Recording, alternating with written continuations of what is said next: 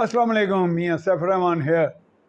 یہ انصاف کا کٹہرا کیا ہوتا ہے، اس کا اکثر ذکر آتا ہے۔ اب ہمارے جو اقلیتی بھائی ہیں، مسیحی بھائی ہیں، جن کے بارے اور اس طرح کے غیر مسلموں کے بارے میں حضور نبی کریم صلی اللہ علیہ وسلم نے ہمیشہ رحمت اور شفقت کا ہاتھ بڑھایا اور ہمیں بھی ہدایت کی، ہم ان کے ماننے والے ہیں۔ لیکن یہاں پہ جو ایک بالکل غیر انسانیت سوچ سلوک کیا جا رہا ہے ان لوگوں کے ساتھ مبینہ طور پہ، کسی بھی الزام کے تحت، اس کا بھی ہر چیز کا تدارک ہوتا ہے، سدباب ہوتا ہے، نظام انصاف میں بھی موجود ہے۔ سو پبلک سینشور بھی کیا جا سکتا ہے۔ پبلک کو ضروری نہیں کہ پبلک کسی چیز کا احاطہ صرف گھر جلانے سے یا عبادت گاہوں کو جلانے سے ہی کرے۔ پبلک کسی چیز کا نوٹس اپنے طور پہ ایک اچھے انداز میں بھی لے سکتی ہے، اور وہ بھی دوسرے کو، ایک غلطی کرنے والے کو احساس بھی دلایا جا سکتا ہے، آئندہ کے لیے دوسروں کو روکا جا سکتا ہے کہ اس غلطی کا اعادہ نہ ہو، اور اس کو شرمندہ بھی کیا جا سکتا ہے تاکہ ایسے معاملات کی، ایسے واقعات کی بےخونی کی جائے اور آئندہ کو ایسا واقعہ نہ ہو۔ تو انصاف کا کٹہرا کے بارے میں اکثر گزشتہ چونکہ 3-4 دہائیوں میں 30-40 سال ہو گئے جرنلزم کرتے ہوئے، اور بہت سے وزرائے اعظم جو تھے، وزرائے اعلیٰ یا دیگر بہت بڑے اعلیٰ حکام جن کے ساتھ جیلوں میں بھی وزٹ کرتے تھے، اور بہت سے ایسی جگہوں پہ جہاں پہ کوئی ریپ کا واقعہ ہو گیا ہے یا کوئی اور بہت بڑا اس طرح کا گھناؤنی واردات ہوگی، تو وہاں وہ لوگ یہ جاتے تھے، بڑے بڑے زعماء یا بڑے لیڈرز، تو ہم بھی بطور جرنلسٹ ان کے ساتھ ہوتے تھے۔ تو وہاں بھی کہا تھا ہم آپ کو سخت سے سخت سزا دیں گے، اس کو نشان عبرت بنائیں گے۔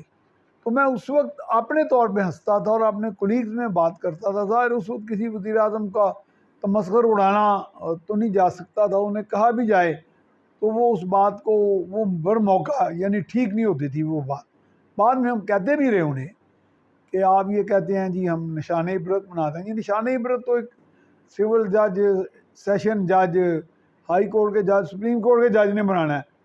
وہ تو اعتماد ہی نہیں کرتے اس بات پر۔ وہ سمجھتے ہیں کہ جو جرم کرنے والا ہے بندہ، اس کو، وہ تو ڈارلنگ آف دا لا ہے، وہ the favourite child of law ہے، اور اس کو اتنا شک کا فائدہ دینا ہے، بلکہ اتنا کو زیادہ فائدہ دینا ہے کہ وہ بھلے چھوٹ ہی جائے۔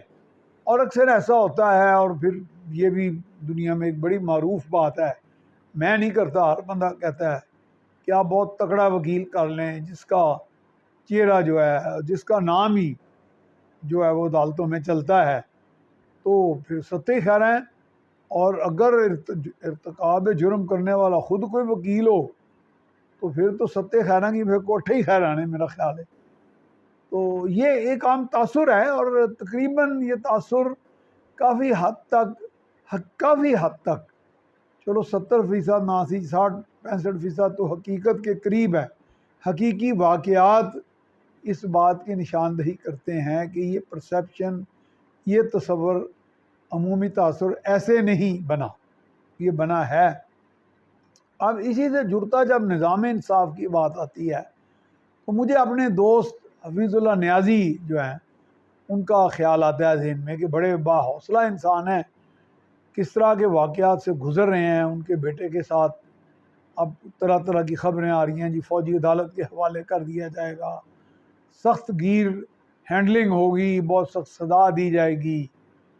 تو یہ مجھے اپنا واقعہ یاد آ جاتا ہے کہ میں خود بھی اٹک جیل میں رہا، اٹک قلعے میں بھی رہا، ایک بہت بڑے پاکستان کے سب سے بڑے ملٹری ڈکٹیٹر کے دور میں 3-4 دہائیاں پیچھے چلے جائیں، اور پنڈی جیل میں بھی رہا، ملٹری کورٹ ٹرائل میں بھی فیس کیے۔ تو میری والدہ بیمار ہو گئی تھی، بہت زیادہ شدید بیمار ہو گئی تھی۔ تو اللہ تعالیٰ، میں سمجھتا ہوں، میں تو یہ کہتا ہوں اللہ تعالیٰ حفیظ اللہ نیازی صاحب کو صحت کاملہ دے، ان کو ہمت اور جرأت دے، استقامت دے اس مصیبت کو صبر سے کاٹنے کی، اور ان کے بیٹے کو بھی راہ راست پہ رکھے ہمیشہ کے لیے، اور اس کو اپنی سلامتی عطا کرے، اپنی رحمت اور اپنا فضل و کرم کرے ان کے بیٹے پہ بھی. تو اپنے دوستوں کے بارے میں بھی میں تو اپنے جاننے والے چاہنے والے جو نہیں بھی چاہنے والے ان کے بارے میں ہمیشہ یہی خواہش رکھتا ہوں کہ ان کو سلامتی ملے اور سرخرو ہوں دنیا میں اور عزت پائیں. بہرحال یہ تو ایک اچھے معاشرے کی آئیڈیل معاشرے کی باتیں ہیں.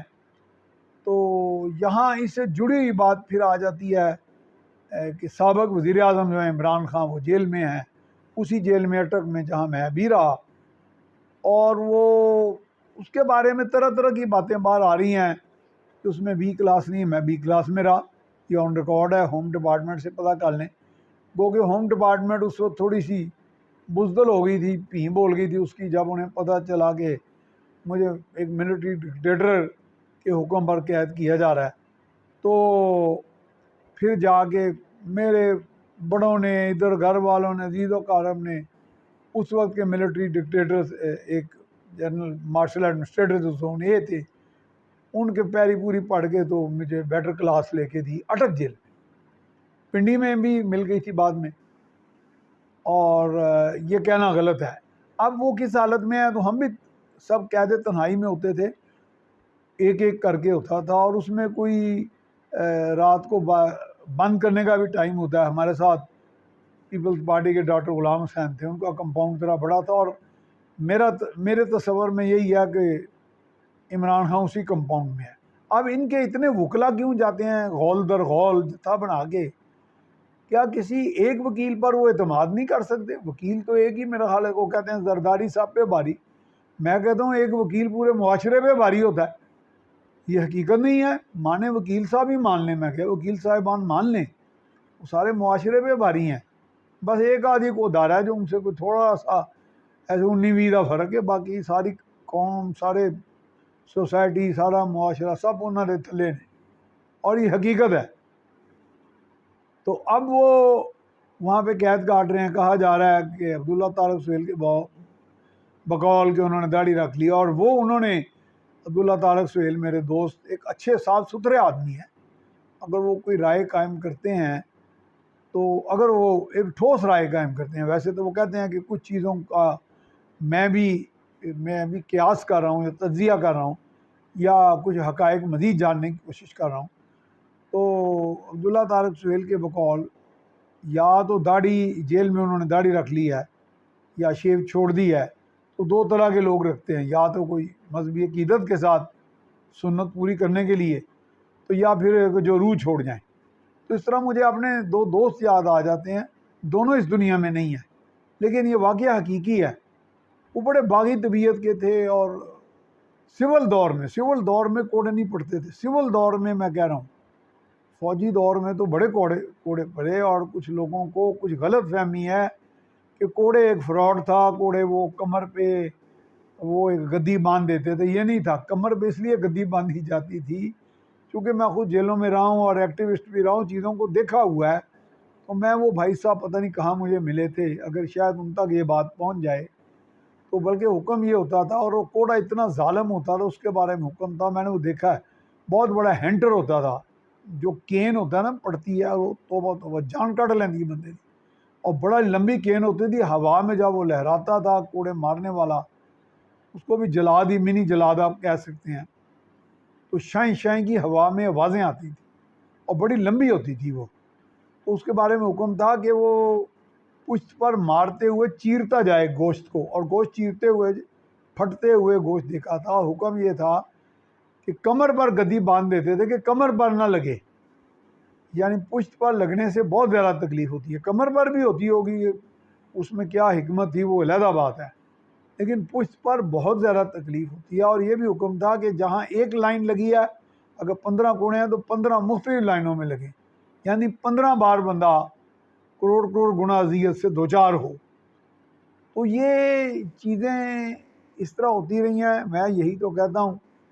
اور اللہ نہ کرے عمران خان ہوں یا کوئی اور بندہ ہو, بڑا لیڈر ہو, جو عوام کا مینڈیٹ لے کے آتا ہے, کیسے بھی طریقے سے لے آتا ہے, آ جاتا ہے, آر ٹی ایس کی وجہ سے آتا ہے, مقبولیت کی وجہ سے آتا ہے, سپورٹس ہیرو ہونے کی بنیاد پر آتا ہے, یا الیکشن ٹیکنیکس کی بنیاد پر, اس طرح شریفوں کے بارے میں کہا جاتا ہے, یا انہوں نے کچھ کام کیے ہیں اس کے بارے میں اس حوالے سے آ جاتا ہے، یا سندھ میں بھٹو فیکٹر ہے اس کی وجہ سے آ جاتا ہے۔ تو میں تو ہمیشہ خواہش کرتا ہوں کہ اچھے لوگ جو ہارڈن کرمنلز نہیں ہیں، یا زندگی میں کوئی پہلا جرم کا ارتکاب ہوا ہے، اور خاص طور پہ وہ جن سے بھول پن میں جرم ہو گیا۔ عمران خان بھولے بادشاہ تھے، یہ تو لوگ مانتے ہیں، وہ خود کہتے ہیں سب لوگ، ان کے قریبی بھی، کہ بھول پن میں وہ جرم کرتے رہے۔ اگر کیا ہے تو ثابت عدالت، وہ تو عدالت نے فیصلہ کرنا ہے، میں نے نہیں کیا۔ تو یہ لوگ، اللہ نہ کرے میں وہ بات کہہ رہا ہوں کہ عام آدمی کی جیل کاٹے۔ دیکھیے میں نے اس کو پہلے بھی واضح کیا تھا، عام آدمی کی جیل میں ڈیوڑی جو جیل کی میں داخل ہوتے ہی پہلے وہ پباں پار پاؤں کے بل بٹھا دیتے ہیں، یعنی آپ کی انا، آپ کی بو، آپ کا تکبر، آپ کی خود پسندی، آپ کی ہیروئزم وہ واڑ کے رکھ دیتے ہیں۔ وہ ان کے ساتھ نہیں ہوا، کسی بھی بڑے عہدیدار کے ساتھ۔ ہاں کچھ تھوڑی تھوڑی زیادتیاں اس سے ملتی جلتی، رانا ثناء اللہ، حاکم علی آصف علی زرداری، ذوالفقار علی بھٹو اور بے نظیر، ان سے ملتی جلتی زیادتیاں یا تذلیل ان کی گئی جیلوں میں، یا پولیس کے ہاتھوں یا اداروں کے ہاتھوں ہوئی ان کی، یہ بھی حقیقت ہے۔ لیکن عمران خان دے پھلاں تے انہوں نے رکھیا ہے، کوئی ایسی بات نہیں ہے۔ ہاں البتہ میں کہتا ہوں، میں پھر بھی وہ خواہش کرتا ہوں کہ کسی کو بھی اول تو قید نہ ہو، یہ بڑی بری چیز ہے، برداشت کرنا بہت مشکل ہوتا ہے۔ میں گزرا ہوں، میں 8 ماہ رہ چکا ہوں جیل میں، تو یہ عام آدمی کے تو بالکل نہیں برداشت کر سکتے۔ جیسے وہ ڈیوڑی میں بو مارتے ہیں، آپ کی خود پسندی مارتے ہیں، آپ کی ہیروئزم بانٹ کے رکھ دیتے ہیں، پھر وہ ہر ہفتے یا پھر دوسرے تیسرے روز وہ کسی طرح کہتے ہیں چلیں جی فلاں جگہ چلنا ہے، دوسری بیرک میں، پھر وہ پاؤں کے بل آپ چل کے جاتے ہیں وہاں۔ اچھا وہ بھی مارن لی تہاڈی اندر، میں مارن لی، وہ ہیروئزم مارن لی تہاڈی اندر۔ پھر وہ جا کے چوتھے پانچویں دن سپرنٹینڈنٹ جیل، پھر جا کے 7ویں 6ویں دن کوئی اسسٹنٹ، کوئی اے آئی جی، کوئی ڈی آئی جی آتے رہتے ہیں، ٹل کھڑکتا ہے کہ جی وہ آ گئے ہیں۔ حکم ہوتا ہے کہ آپ نے آگے دری بچھا کے دوزانوں آپ جانتے ہیں، جس طرح نماز میں تحیات پڑھتے وقت آپ دوزانوں بیٹھتے ہیں، اس طرح آپ نے بیٹھنا ہے، اور سپرنٹینڈنٹ جیل یا اس سے بڑے افسران کی آنکھوں میں آنکھیں نہیں ڈالنی۔ کیا عمران خان، شہباز شریف، نواز شریف، کوئی اور اس طرح کر سکتا ہے؟ یہ تو ہیوملیشن سے مر جائیں گے، یہ تو شرم سے مر جائیں گے ایک دن بھی اس طرح گزاریں۔ تو اس لیے میں کہتا ہوں یہ ساری پھونپاں جو ہے نا وہ خواص والی ہے۔ او میں یہ کہتا ہوں، اوے تو اوے میں جو ہر بندہ مدر شاہ بڑک ماری جا رہی ہے، یہ ساری بڑکیں جو ہے نا وہ ہیروئزم کی ہیں، یہ بالا ہی ہیں۔ اگر یہ کامن مین جیسی زندگی گزار لیں یا جیل گزار لیں تو جناب یہ میں اوے تو فلانا یہ سب ختم، بسم ہو جائیں گے، اندر سے ٹھنڈے پڑ جائیں گے۔